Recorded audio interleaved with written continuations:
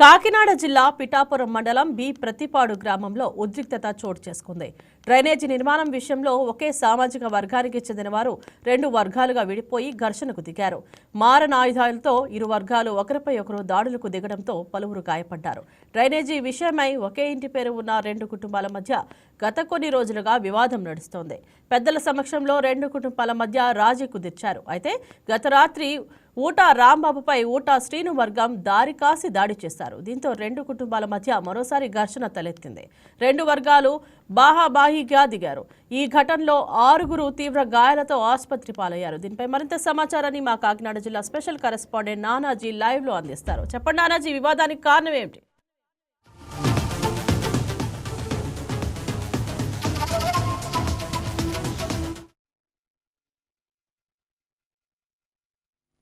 వస్తున్నటువంటి పిఠాపురం నియోజకవర్గం వర్గాలు రెండు గ్రూపులకే విడిపోయి దెబ్బలాడుకున్నారని చెప్పుకోవచ్చు.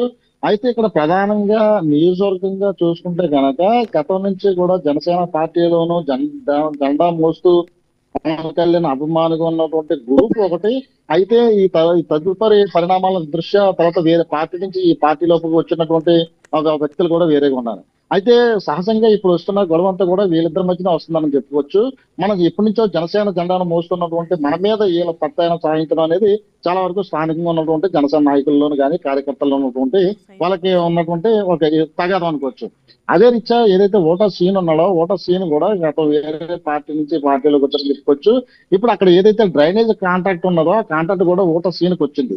ఈ నేపథ్యంలో అక్కడ 10 రోజుల క్రితం ఊటా సీన్ అక్కడ డ్రైనేజ్ వేస్తుంటే ఎవరైతే అదే కుటుంబం అంటే అన్నదమ్ముల పిల్లలు అయినటువంటి ఆ ఊటా రాంబాబు కూడా నాకు సంబంధించిన ఈ డ్రైనేజ్ అవసరం లేదని చెప్పేసి ఆపడం జరిగింది. ఈ నేపథ్యంలో అక్కడ చిన్న ఘర్షణ వాతావరణం కూడా జరిగింది. అయితే ఈ మధ్య కూడా ఘర్షణ జరిగింది. ఒకరిపై ఒకరు చేయి చేసుకోవడం, రాంబాబుపై కూడా చేయి చేసుకోవడం జరిగింది. అయితే అక్కడ పెద్దలందరూ కూడా ఎంటర్ అయ్యి ఆ యొక్క కార్యక్రమాన్ని లేదంటే గొడవను కానీ లేదంటే దాన్ని కానీ సర్దుమాటం కూడా చేశారు. అయితే దాన్ని దృష్టిలో పెట్టుకుని అప్పటి నుంచి కూడా కాపు కాసినటువంటి ఈ శ్రీను ఫ్రెండ్స్ కానీ బంధువులు కానీ వాళ్ళకి సంబంధించిన వాళ్ళు రాత్రి అదే సమయంలో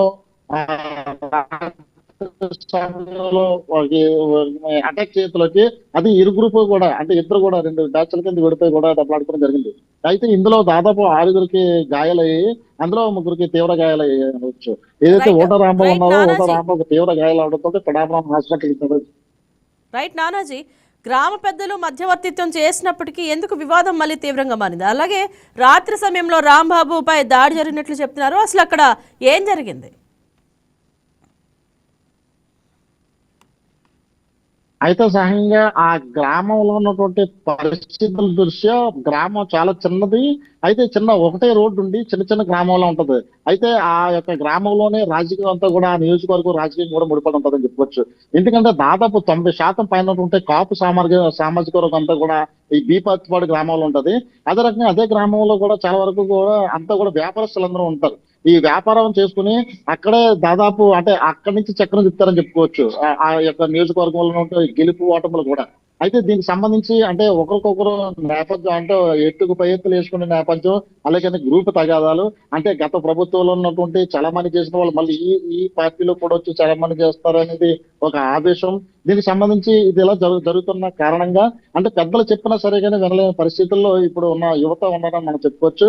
అయితే ఎందుకంటే ఎవరైతే ఇప్పుడు నానాజీ, ఈ ఘటనలో గాయపడిన వారి పరిస్థితి ప్రస్తుతం ఎలా ఉంది? వాళ్ళని ఏ హాస్పిటల్కి జాయిన్ చేశారు?